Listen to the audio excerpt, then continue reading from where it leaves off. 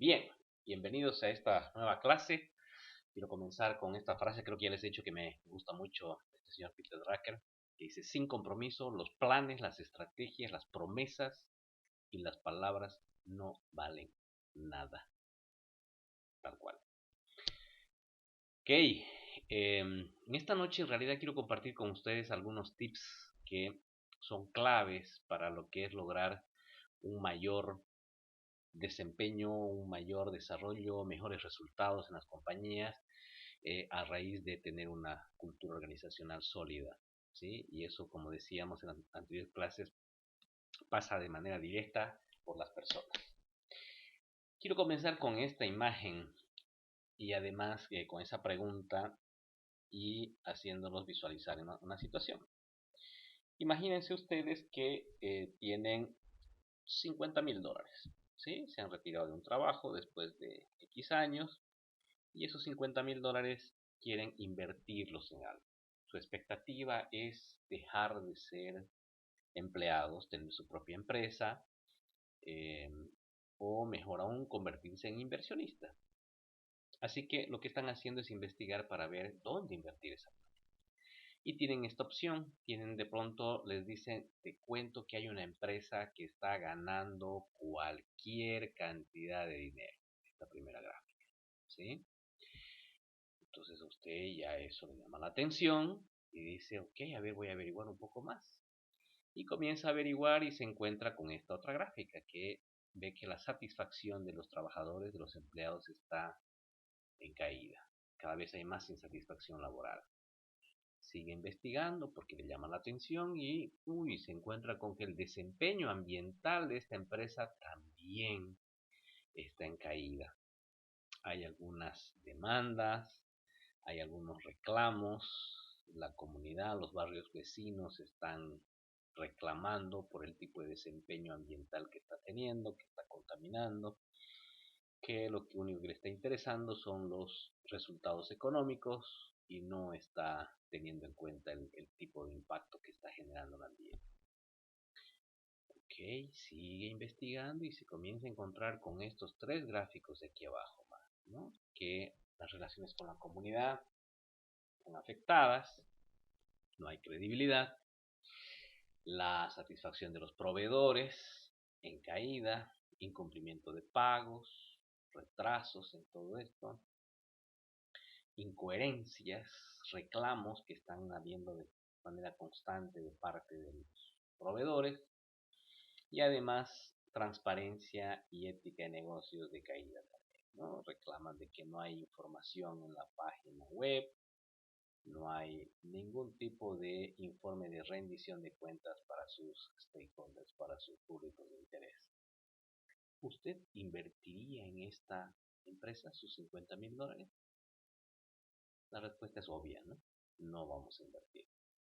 Entonces, exactamente lo mismo pasa si hablamos esto a un nivel mayor, ¿no? Si hablamos a nivel de inversionistas con mayor cantidad de recursos, con ya mayor experiencia, buscando ciertos resultados, ya van a comenzar a investigar todas estas variables.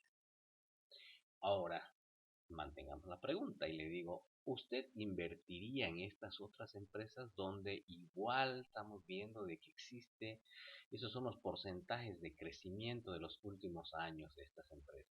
Y que, como hemos mencionado también en anteriores clases, son algunas de las más estudiadas en temas de cultura, de clima, de resultados y todo aquello, ¿no? De desarrollo gerencial. Y cuando comienza a investigar las mismas variables que veíamos en la anterior diapositiva, se encuentra con que hay resultados de igual forma positivos. Entonces la respuesta es obvia. Por supuesto que invertiría. ¿Sí? Ahora, cuando vemos todo esto, estamos viendo de que realmente nos estamos enfrentando a un nuevo escenario de trabajo, ¿sí?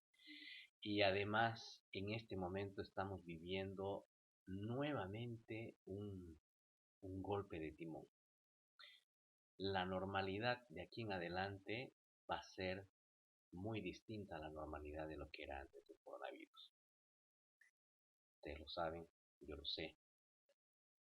¿Qué nos espera? ¿Qué nos depara? ¿Cuándo va a iniciar esa normalidad? Es incierta, ¿no? Hay ciertas premisas que van a tener que superarse, que van a tener que lograrse, como salir de este problema. Hoy día escuchaba una participación en, en Facebook de una persona que sigo mucho, que se llama Gabriel Paradiso, por ahí lo conocen ustedes. También él es un consultor argentino que tiene una consultora que se llama Humana sin H. Les recomiendo buscar su página y ahí tiene varios artículos, tiene su mismo canal en YouTube, es una persona muy interesante. Y él decía, para lograr superar esta crisis que estamos viviendo, en realidad pasa por empatizar, pasa por lograr de que haya un alineamiento de liderazgo, un alineamiento de los diferentes sectores. No se ve hoy trabajando empresa, Estado, iglesia, en qué momento están sentándose a interactuar. Y cuando llevamos esta situación hacia el interior de la empresa, cuadra exactamente. Si las empresas quieren lograr mejores resultados, también lo primero que tienen que lograr es empatizar, tienen que lograr generar una práctica permanente de feedback entre las diferentes áreas. ¿Sí? Entonces aquí es donde nos encontramos con estas premisas que quiero compartir con ustedes de a qué tipo de escenario nos referimos cuando estamos hablando que hoy es bueno. Estamos hablando de algo que le llamo el enverdecimiento de los marcos regulatorios socioambientales en la región, que significa que cada vez se le da más relevancia a temas socioambientales, ¿no? Hoy hasta si usted quiere abrir un restaurante tiene que sacar un manifiesto ambiental. Mayor importancia en los principios y estándares internacionales para el negocio, para el acceso a financiamiento. Las barreras se han roto. Si usted quiere realmente acceder a mayor financiamiento, lo que veíamos en esa diapositiva inicial, tiene que cuidar otras variables que no son el dinero. Crecimiento de la sensibilidad de la ciudadanía en materia socioambiental. Habla por sí sola. Comunidades locales más empoderadas y con mayor cultura. Eh, Algo que siempre digo, ustedes han debido escuchar hablar del caso Itikawasu, una, es una APG que la empresa multinacional Repsol, una empresa de petróleo y gas española, tuvo que ir a negociar con una comunidad empoderada que necesitaba realmente poder ingresar ahí para realizar sus operaciones. Entonces, cuando llegaban las personas de la empresa a la comunidad buscando al capitán grande para poder sentarse a negociar, el capitán grande salía y le entregaba una tarjeta y le decía, por favor, tome contacto con mis asesores. Cuando usted veía la tarjeta, eran una ONG en Bélgica. Desde allá estaban generando ese asesoramiento. Entonces, estamos hablando de comunidades locales más empoderadas, pero también estamos hablando de lo que son ese fortalecimiento de redes globales de ONGs. Al final, en esa negociación, Repsol tuvo que pagar 14 millones de dólares en proyectos de inversión social. Entonces, esto es una realidad.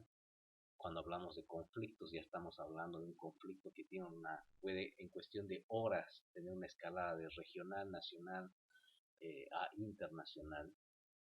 Sí, igual siempre cuento un caso de una empresa también del área petrolera que tuvo, tuvo en realidad una denuncia de una comunaria que estaba pasando por orillas del río Pilcomayo, allá en el Chaco Tarijeño, y vio que por el río Pilcomayo venía una, como una mancha, y le sacó foto porque estaba con su teléfono inteligente, su smartphone en el bolsillo, y inmediatamente le pasó esa foto a su amigo que tiene un medio digital en Yacuiba, diciéndole de que las empresas petroleras del Chaco estaban contaminando el río Pilcomayo, de allá de la zona.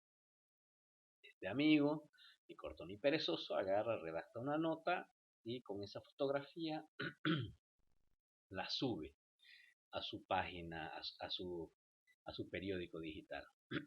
Con tal mala suerte de esta empresa multinacional que fue afectada, que justamente una agencia internacional llamada Reuters captó esta noticia. Entonces en cuestión de un par de horas era un escándalo internacional, ¿no? Tuvieron que ir desde el ministerio, hacer inspecciones y toda una serie de cosas que ya ni de cuento, ¿no? Entonces, y todo a raíz de una fotografía que se sacó generando una información que además era falsa, porque después se descubrió de que en realidad lo que estaba ocurriendo era de que estaba llegando el río, y cuando llega trae, el tarijeño se llama lama, que son como unas manchas ahí de lodo y pedazos de troncos y todo aquello, ¿no?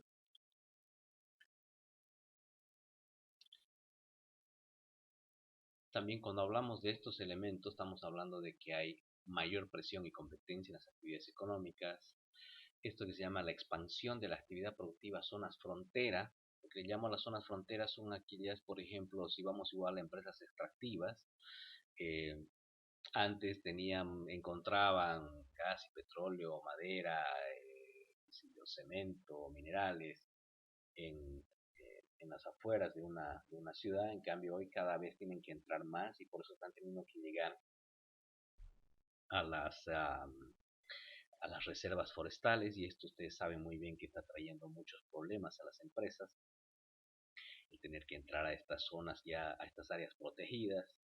No hace mucho una empresa petrolera también tuvo un serio problema, porque cuando comenzó a entrar a una zona, eh, lo que hizo con una de las maquinarias fue voltear un árbol milenario que tenía su propia historia para la cultura de la comunidad, y para colmo de males además también entró a un cementerio de fósiles que ni la misma comunidad sabía que existía, pero en todo este tema de generar las planchadas y todo eso para poder entrar a perforar los pozos, lograron descubrir tanto el cementerio de fósiles y tener este problemón con al voltear este árbol. Entonces estos elementos generan de que cuando usted busca incluso un ingeniero hoy para desarrollar algún trabajo en una zona frontera, no puede este ingeniero solamente estar concentrado en aspectos que estén relacionados con los temas técnicos.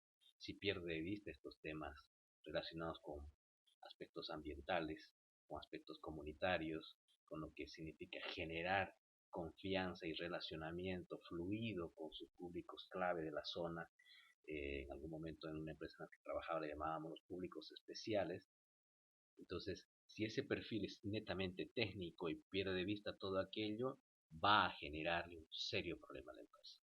Solo para que tenga usted una idea, en una empresa petrolera que está perforando un pozo, el que le bloqueen el ingreso de maquinaria o lo que sea, el stand-by de su equipo le cuesta más o menos entre 50.000 y 70.000 dólares día, ¿sí? Entonces, y esto se puede originar simplemente por tener una mala relación con algún comunario que tenga, que sea altamente reconocido en la zona, ¿sí? Que tenga voz de mando. Entonces, y esto no es que solamente los relacionadores comunitarios o las personas que se dediquen a esto lo van a hacer, sino que, como les decía, eh, todas las profesionales que estén trabajando al frente de ese proyecto van a tener esta responsabilidad con ellos. Eh, Esto ya hemos comentado, ¿no? El tema de los conflictos comunitarios.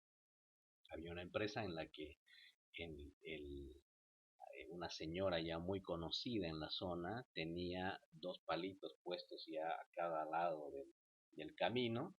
Entonces, si había lo que la molestaba, simplemente ponía una pita que cruzaba de un lado a lado. Entonces, y no había nadie bloqueando, pero se metía un tremendo problema el que iba y cortaba o sacaba esa pista, porque ya sabían que iba después a haber mayor bloqueo, se venía toda la comunidad, había demandas en prensa, eh, ¿no? Entonces una serie de, ese pliego petitorio de un solo punto se podía convertir fácilmente en 10 de $10,000 podía pasar fácilmente a $500,000. Entonces, estos temas para las empresas extractivas, sobre todo, son elementos claves.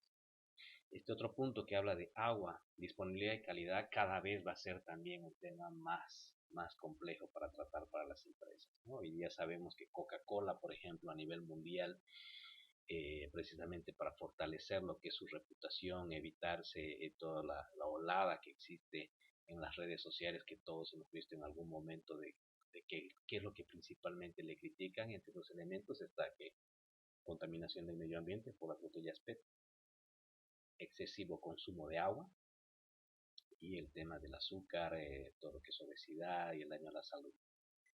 Para cada uno de estos elementos ya han definido metas mundiales que las están trabajando. Por ejemplo, reutilización del 100% de sus botellas PET, reposición del 100% de el agua. Por eso se tienen proyectos de inversión social que protegen fuentes de agua y todo aquello, ¿no? Y a nivel de lo que es la tercera observación, por eso han ampliado su portafolio de productos, entrando mucho a temas de bebidas que son para deportistas, ¿no? Entonces todo esto necesariamente está de manera transversal a la organización, no es solamente el área de comunicación o el área de responsabilidad social que va a tener que estar pensando, van a tener que todos como empresa comenzar a pensar incluso si me están criticando porque estoy contaminando el medio ambiente por eh, todo lo que son emisión de gases, igual las áreas más técnicas van a tener que comenzar a pensar, ok, ¿cómo hago para reducir esto? Si está habiendo un rechazo grande por el consumo de electricidad o de papel y todo eso, igual áreas que antes solamente tenían que estar dedicadas a pensar en cómo obtener los mejores resultados económicos en la empresa sin importar mucho el cómo se hacía, hoy ya no va más. Asimetría de aportes de la industria, la economía nacional versus beneficios locales, esto igual, por eso es de que les quiero mostrar esta siguiente diapositiva que está relacionado con ese punto, que es de un artículo de Porter y Kramer, que dice: en los últimos años el sector empresarial es visto crecientemente como la causa principal de los problemas sociales, ambientales y económicos. Existe la amplia percepción de que las empresas están prosperando a expensas de la sociedad en general. Entonces es un mal necesario, como ven las comunidades, ¿no? Así perciben a las empresas. Y por eso es de que llega este momento en el que dicen: el nivel de enriquecimiento de las empresas versus lo que están dejando a la comunidad es muy inferior, esa brecha es muy grande, y eso es lo que, mientras más haya esa percepción de parte de los públicos clave de una empresa, mayor problema le puede originar. Por eso es de que estos temas igual son hoy tratados a nivel de primera línea gerencial y ya no simplemente de un equipo particular, ¿sí? Ahora, entrando ya de manera más específica hacia lo que es la empresa, quiero compartir con ustedes algunas de estas estadísticas. Si alguna vez necesitan datos estadísticos relacionados con temas de empresa, de gerencia y todo aquello, tienen que revisar los datos de la empresa Gallup, son los más reconocidos a nivel internacional. Miren lo que dice aquí: solo el 10% de los ejecutivos cuenta con alto nivel de competencias directivas. El 70% de las problemáticas de los equipos de trabajo se generan por el bajo nivel de competencia de los directivos. 80% tiene falencias por lo menos en un área de las competencias directivas. 13% de los colaboradores están comprometidos, solo el 13%. Y pese a que las empresas consideran que es fundamental el compromiso de sus colaboradores, únicamente el 25% cuenta con estrategias para incrementar el compromiso. Estas son estadísticas de Gallup. Eso significa que estamos hablando de estos datos principalmente a nivel de lo que es primer mundo, Estados Unidos, Europa. Yo me atrevería a decir que básicamente estos datos son Estados Unidos. Entonces, si esto se está presentando allá en lo que es primer mundo, por aquí sabemos que estamos aún peorcito. Entonces, este es un problema profundo en las empresas. Les decía que me dedico a hacer consultorías para diferentes empresas y normalmente hago diagnósticos, y son unos diagnósticos que llevan una interpretación netamente cualitativa de la información. Entonces, ¿qué es lo que hago ahí? Identificar cuáles son los principales puntos críticos que están siendo percibidos por actores claves dentro de la organización. Y se ratifica esta información. Recientemente hice un diagnóstico incluso entrevistando a 3 sindicatos que tiene una sola empresa, y ¿saben qué es lo que sale ahí de terrible? La pérdida de legitimidad del equipo gerencial. Sí, la principal queja del sindicato es de la competencia del nivel gerencial. Entonces, ante esa percepción, cualquier cosa que sea planteada por ese equipo gerencial que está con su voz totalmente embargada, no va a tener impacto. Lo primero que tiene que hacer es restablecer esa relación con ese sindicato, es limpiar esa imagen. Y si realmente está ocurriendo de que se están cumpliendo estas estadísticas, de que solo el 10% de su equipo gerencial esté teniendo competencias directivas a nivel de lo que es manejo de equipo, liderazgo, comunicación, toma de decisiones asertiva y todo aquello, entonces quiere decir que esa es su prioridad, que ahí es donde tiene que fortalecer de manera inicial. Hay un artículo que se los voy a poner en el material para que lo revisen, que es se llama El miedo de pasar de jefe a facilitador en un equipo. Es interesante este artículo porque lo que hace es estar redactado en función de una entrevista que hace a un gerente de una empresa multinacional importadora de vehículos. Y aquí les presento básicamente un pequeño resumen, ¿no? Que resalto 3 elementos clave que salen en este artículo: los miedos, el cómo agregar valor y el equipo. Y lo pongo así en pregunta porque precisamente en esa línea va el artículo, de decir qué cambios se están dando aquí. Hay miedos en los nuevos gerentes, hay miedos en estas nuevas formas de hacer las cosas. Está claro el cómo tengo que agregar valor hoy a la organización. Está claro cómo tengo que liderar hoy un equipo. ¿Qué diferencias existen en esto para realmente lograr mejores resultados?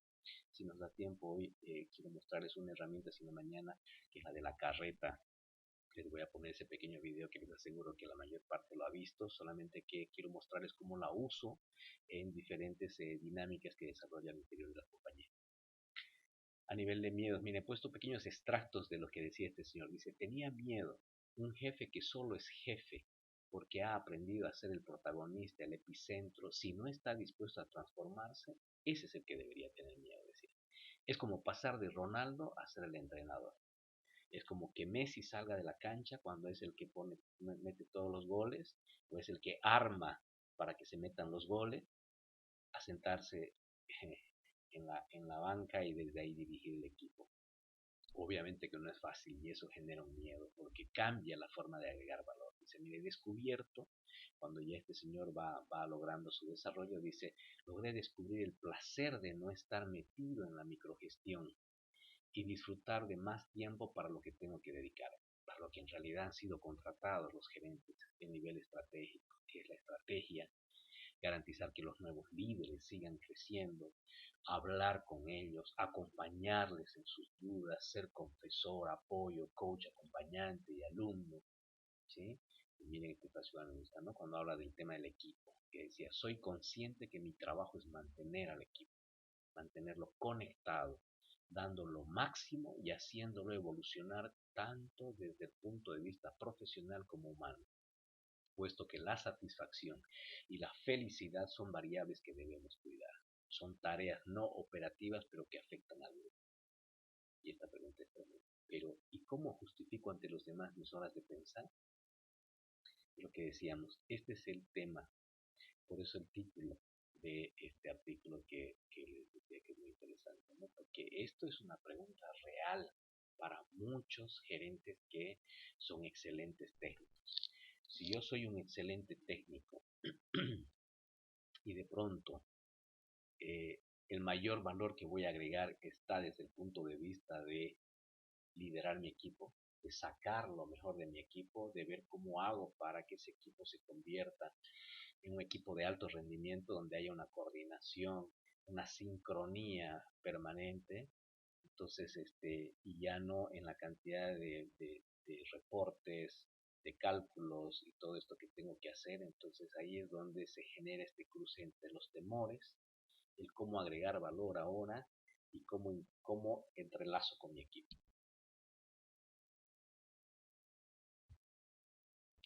Y bueno, y en esta última que básicamente está, ¿no? Lo que siempre se habla entre lo que es ser un jefe versus ser un facilitador, que eso en realidad es de ahí desde donde sale también toda esta tendencia del coaching como tal, ¿no? Y quiero solamente que leamos el último párrafo cuando habla del protagonismo, que dice: a lo largo de un año delegué los dos proyectos más importantes en dos personas, pero sentí un vacío. ¿Dónde estaba mi trabajo? Si eran otros los que lideraban los proyectos, tenía que transformarme en algo diferente que siguiera aportando valor. ¿Qué significaba ser jefe? ¿Cómo podía justificar un mayor salario? Entonces, es, es tan genuino, ¿no? Hay una posición tan humilde de esta persona en un cargo gerencial de una multinacional de poder reconocer todas estas áreas de dificultad que tenían, que es justamente lo que yo les garantizo que permitió de que él supere todo esto en un menor tiempo. Porque en la medida que yo tengo esa humildad para poder reconocer estas competencias que no las tengo desarrolladas, es cuando voy a lograr superar mejor aquello. Y volvemos ahora a estas empresas que veíamos al inicio. ¿Por qué logran tanto desarrollo? ¿Por qué logran esos índices de crecimiento? Fíjense aquí, porque tienen esta fórmula. El nivel de competencias sobre los resultados de la empresa. Entonces, sí, ¿a qué van? Si yo no fortalezco mis competencias, y no están hablando solamente de aspectos técnicos, es más, principalmente de todo lo que tiene que ver con aspectos de liderar, comunicar, tomar decisiones, lo que decíamos, ¿no? Integrar, innovar. Todas estas son las nuevas competencias de hoy, que son en las que están concentradas las empresas. No sé si han logrado han leído alguna vez o han escuchado hablar de las 4 Es que se establecen para lo que es validar los resultados laborales. Quiero comentarles rápidamente de esto, cuáles son estas 4 Es.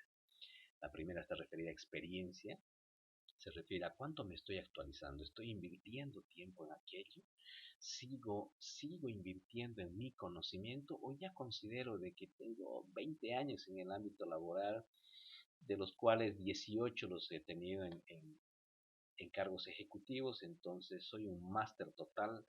Entonces, si ese es su pensamiento, tenga usted certeza que tiene mayor cantidad de debilidades que cualquier otra persona.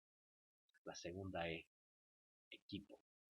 Tu equipo quiere crecer y mejorar, está abierto al cambio. Estas preguntas, lo interesante de estas 4 Es que vamos a ver aquí, son las preguntas que las he puesto ahí abajo, que incluso hay una prueba. Ahora estoy recordando que esto lo saqué de una prueba que se las voy a poner como link ahí en la plataforma para que la puedan ustedes aplicar. Sí, y son varias preguntas que usted tiene que responderlas de manera honesta para usted mismo. Tercera, evaluaciones. ¿Tienes métricas y una forma de hacer seguimiento que incluya tus recursos humanos, tus clientes y tu comunidad?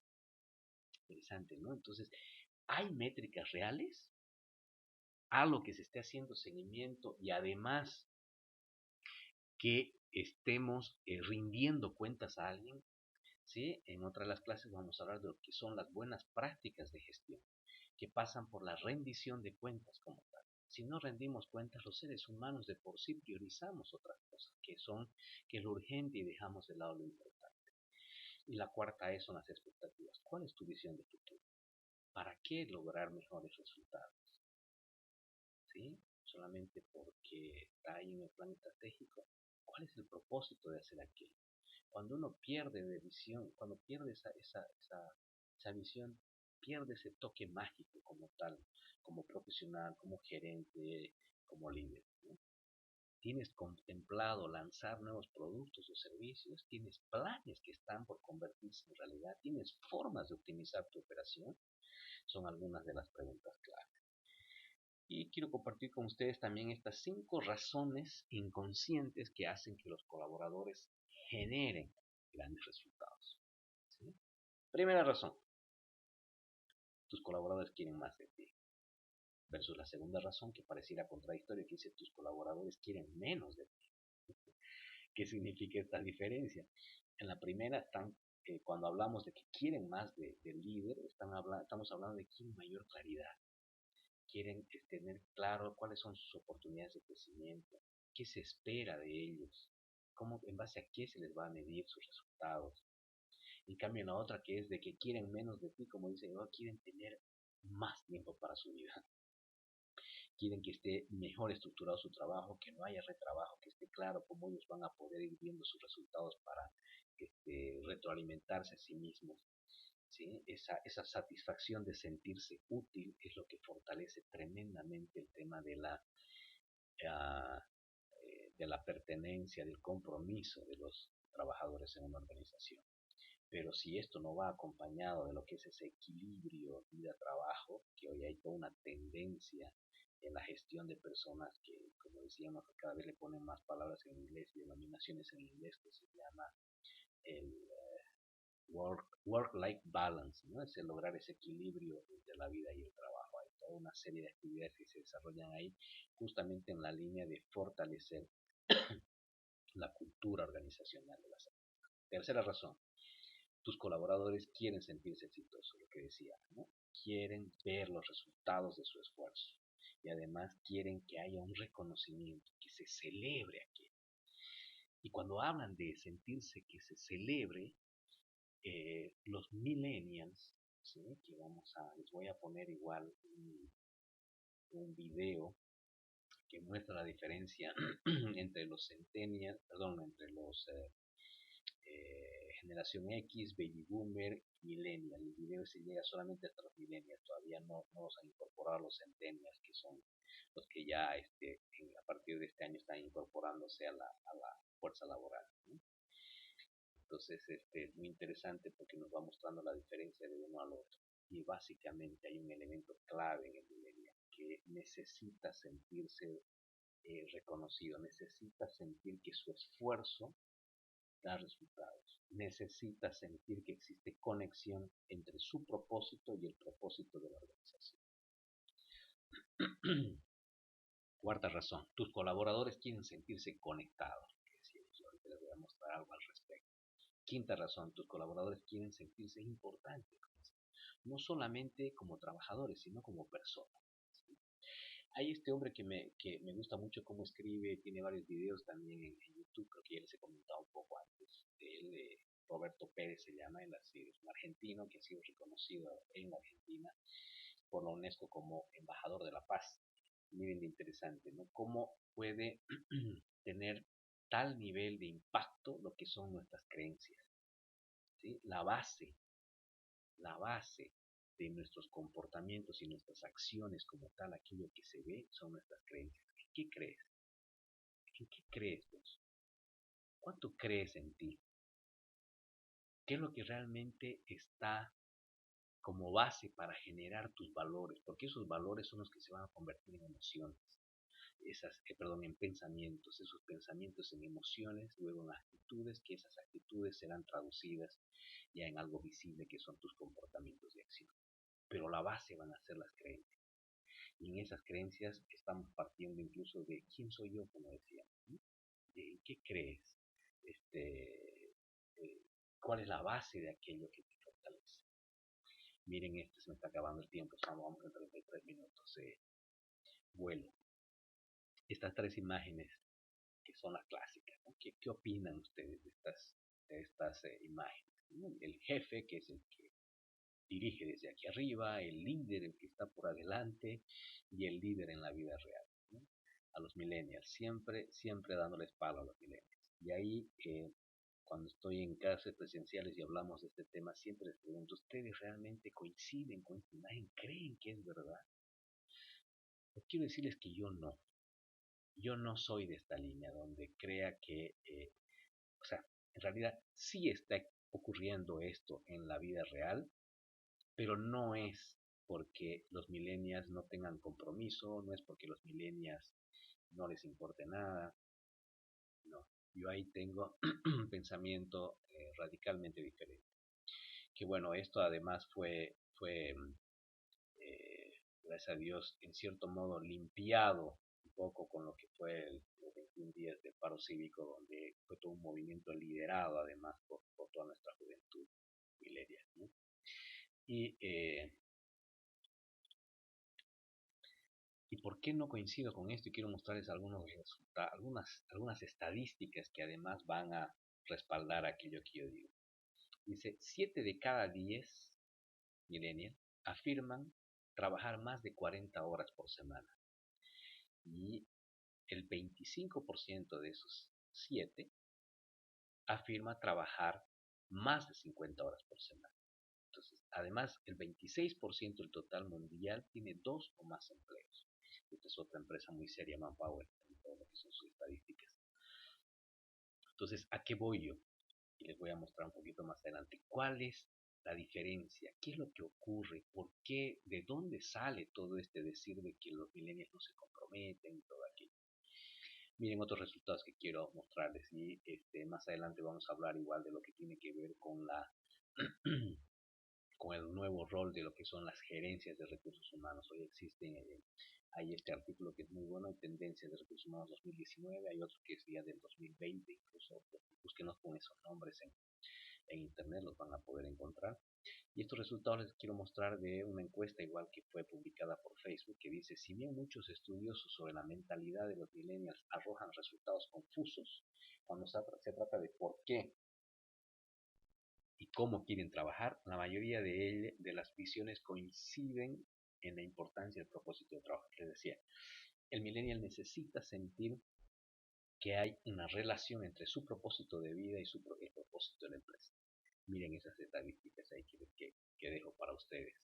No quiero leerlas todas para que no sea aburrido, pero miren, por ejemplo, el 61% de las personas de la generación Y, millennials, en posiciones senior se negaron a realizar tareas que contradecían sus valores o códigos éticos personales. O esta que el 66% de los millennials eligen su trabajo en función del propósito de la organización, que era lo que les decía. ¿Sí? Quiero que leamos rápidamente esto que encontré hoy, por casualidad, pero me pareció muy interesante. Es una coach a la que me mandan una consulta. Y miren lo que dice esta señora. Decía, mi trabajo me genera estrés. Y si debo confesar la verdad, miro a la gente que le gusta su trabajo y me da envidia, mucha envidia. No disfruto lo que hago. Ya la verdad es que ni me importa y lo peor es que es mi profesión lo que no me gusta, ni me llena. Mis colegas me aburren, no pinto nada entre ellos. ¿Qué puedo hacer? Cuando planteo cambiar, cuando me planteo cambiar, pienso y ¿qué hago? ¿Sí? Voy a perder todo lo que he hecho hasta ahora. Voy a dejar esto que me llevó 15 años de trabajo, estudios, carrera, un máster, todo esto lo voy a dejar atrás. Voy a dejarlo seguro por algo que no sé qué me va a traer y que sé que no me va a hacer dar, que sé que no me va a hacer inmediato los resultados, la cosecha. Y además, ¿cómo puedo estar segura de lo que realmente me va a mover? Entonces, cuando usted lee esta nota comparada con las anteriores estadísticas, usted diría, uy caramba, pareciera que es una millennial. No, aquí ya estamos hablando de una persona que no es una millennial. No estamos hablando de una persona de 30 y pico años, estamos hablando aquí ya de una persona cincuentona, ¿sí? Pero que ha entrado también en esta crisis. Y todo esto es lo que está relacionado con estas historias que estuve terminando la clase de hoy. Una es la historia del jinete y el elefante. Esta historia la escuché hoy en esta entrevista que le hacían a Gabriel Paradiso que les contaba. Me gustó mucho y por eso la pongo. La historia del jinete y el elefante, ¿no? Y decía, ¿qué es lo que pasa? Es esa historia donde el jinete tiene claro hacia dónde quiere ir, pero el elefante es toda esa gran mole de emociones, de la cultura organizacional, del cómo hacer para dirigir hacia allá a ese gran elefante. ¿Sí? Entonces, y ahí es donde va, donde el jinete viene a ser justamente la alta dirección y el elefante va a estar relacionado con toda esa cultura. Ahora, ¿cómo hago yo para conectar con aquello? ¿Sí? Y esta otra, el otro día igual leía un libro interesante que se llama Crónicas de un camello. ¿Sí? Y hay una frase que repite mucho que es esa ahí, que dice, ya no hay más ovejas para liderar, ahora todos somos camellos. ¿Y a qué se refiere? Esa fotografía de ahí del pastor con sus ovejas el pastor alemán, el perro ahí cuidando, es muy clara, ¿no? ¿Qué es lo que pasa? El cuidador de ovejas, el guía de las ovejas, el pastorcito, lo que hacía era decía, vamos ovejas por aquí, las ovejas ve, corrían para allá, pero vamos para allá, ve, las ovejas corren para allá, ¿sí? Entonces, y lo que dice es que ya no hay hoy más ovejas. En realidad todos somos camellos. ¿Y qué pasa con el camello? En este libro incluso cuentan mucho de cuando, por ejemplo, muere un camello y el guía del camello quiere ir y hacer de que el nuevo camello, el camello joven, lo acepte a él como su guía, tiene que incluso ponerse la piel del camello anterior, ir ¿no? Para que lo huela y haya esa cercanía. Entonces, hay toda una historia ahí de cómo tiene que hacer el guía del camello para que este camello pueda hacerle caso. ¿Sí? Porque si el guía va y lo jala al camello para llevarlo a donde quiere ir, el camello se le va a empacar y no se le va a mover más. ¿Sí? Pero si ese guía logra conectar con el camello, ese camello va a cruzar el desierto entero y además lo va a llevar en su espalda, va a salvar su vida. Entonces, fíjense, ¿qué quiero decir con estas dos historias? Justamente es eso, de que hoy estamos hablando que los millennials la tienen muy clara, de que saben cuánto vale. Estamos hablando del común, ¿no? No estamos hablando de que del 100% están así, porque sabemos también que hay muchos que no saben para dónde ir. Pero en general, ¿qué es lo que ocurre cuando veo una de estas estadísticas? De que el millennial lo que quiere en realidad es sentirse conectado con la organización, sentir de que ese jinete se conecta con las emociones de ese elefante para poder dirigirlo hacia donde quieren ir, de que se lo valora como persona, de que les interesa que aporte esas ideas, de que les interesa que se sienta útil, de que les interesa que haya un plan de carrera que pueda desarrollar. Y a la vez son camellos que quieren sentir de que hay esa conexión como tal. Y ahí cuando hablamos de los camellos, estamos hablando de todos nosotros, donde yo me incluyo, usted se incluye. Yo le garantizo que a usted no le gusta que vayan y que le digan, vaya y haga esto, cumpla aquello, haga lo otro. ¿Y por qué? ¿Y por qué hay que hacerlo? ¿Y en qué nos va a beneficiar? Entonces, en la medida que yo voy a dar las explicaciones, voy a buscar el entendimiento, voy a valorar el aporte de la otra persona, todo aquello, lo voy a tratar como un camello, ese camello va a cruzar el desierto. De eso se trata. Se trata de lograr tener personas que sean termostato en nuestra organización y no termómetro. ¿Cuál es la diferencia entre el uno y el otro? El termómetro solamente toma la temperatura, en cambio el termostato determina la temperatura. ¿Sí? La temperatura que además estoy congelando ahorita con el aire, que es ese justamente el que hace que determine el grado de la temperatura. Entonces necesitamos esos profesionales que estén dispuestos a ser termostato en las organizaciones.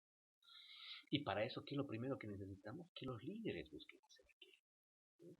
Que busquen esos líderes, primero ellos ser termostatos, ser ellos los que estén dispuestos a ir cambiando las cosas. Y para ir terminando, quiero contarles esta historia de este programa que les conté en algún momento que me gusta bastante, de hábitos y actitudes que forman líderes, un programa americano, que cuentan la historia de este ruso, que es el señor de la fotografía. Me entré a buscar en internet a ver si era verdad la historia que contaban de este señor Víctor Serebryakov, y había sido real. Entonces la historia cuenta de que la familia de este señor, cuando él tenía 3 años, migró de Rusia a Estados Unidos en busca del famoso sueño americano, ¿no? Y niño en realidad entró al colegio y comenzó a tener una serie de problemas entre el idioma, la cultura, bullying y qué sé yo, ¿no? Y era tratado todo el tiempo por los profesores como una persona lenta, que no entendía, ¿no? Como si estuviera realmente hasta por ahí con cierto retraso mental. Entonces este muchacho a sus 14 años ya no aguanta más y decide abandonar el colegio y se dedica a trabajar, va a buscar trabajo y comienza trabajando en una barraca con temas de madera, y bueno, y se queda ahí muchos años trabajando con el tema de la madera. La cosa es que cuando ya tenía sus 34, 35 años se da la oportunidad de poder postular ya un cargo de supervisor, por ya el grado de conocimiento que él tenía, la experiencia, entonces obviamente tenía todo para poder realmente desempeñarse de manera adecuada.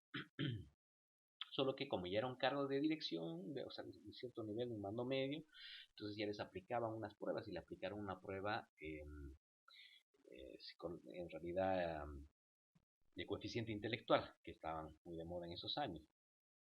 Y para su sorpresa, los resultados de esa prueba de inteligencia emocional, que ya se habrán imaginado cómo lo estresó al pobre cuando le estaban tomando, porque él ya sabía que el resultado iba a salir, pero para su sorpresa el resultado fue que su inteligencia salió superior a la media. Entonces ahí yo le pregunto a usted, ¿será que Víctor Serediakov se volvió inteligente de un día para el otro? Obviamente que no. El tema es de que muchas veces lo que ocurre y a qué quiere llegar esta historia es de que nuestro desempeño, gran parte de nuestra vida está por debajo incluso de nuestra autoimagen y muy por debajo de lo que realmente es nuestro potencial. Tenemos apenas pequeñas luces en nuestra vida profesional cuando hemos logrado superar por lo menos nuestra autoimagen. Y si yo le pregunto y le pido hacer un examen un ejercicio de visualización, le aseguro que usted va a tener claramente identificados esos momentos en los que se sintió muy a gusto, por lo que hizo, por el tipo de participación que tuvo, las decisiones, los resultados que alcanzó, pero son así, son unas pequeñas luces que vemos que ocurrieron. ¿Y por qué no puede ser eso algo permanente? ¿Por qué no lograr de que nosotros en primer lugar generemos un nivel mayor de desempeño? Ahora, ¿de qué depende todo aquello? Ustedes ya han leído ese artículo que a mí me encanta, Descubre tu auténtico liderazgo, cuando cuentan la historia, por ejemplo, de Daniel Basella, con semejante historia de vida de ese muchacho lleno de enfermedades, soledad y todo en su vida. Él pudo haber dicho, hasta aquí llegué y no va más y yo he nacido para ser un vendedor, qué sé yo. Pero no, él más bien saca la fuerza, su propio liderazgo emergió de su propia historia de vida, como dice en esta diapositiva. Entonces de eso se trata, de cómo hacer para lograr de que el liderazgo de los equipos emerja de su propia historia de vida, pero eso tiene que emerger primero de la propia historia de vida. Entonces estas son pequeñas historias, son pequeños tips que vale la pena reafirmar, volver a hablar entre todo esto para lo que viene y sigue en nuestro módulo. ¿Sí? Les deseo suerte, ha sido un placer compartir con ustedes nuevamente, mandarles estas diapositivas, estos 48, casi 50 minutos de video. Estoy seguro que ahora ya no vamos a tener problemas de audio, he tomado los recaudos, les pido disculpas nuevamente por lo que fue anteriormente. ¿Sí? Y mañana les mando el otro video de la siguiente clase para que podamos, ahí les voy a comentar una tareita que hay que realizar. Que descansen. Hasta mañana. Gracias.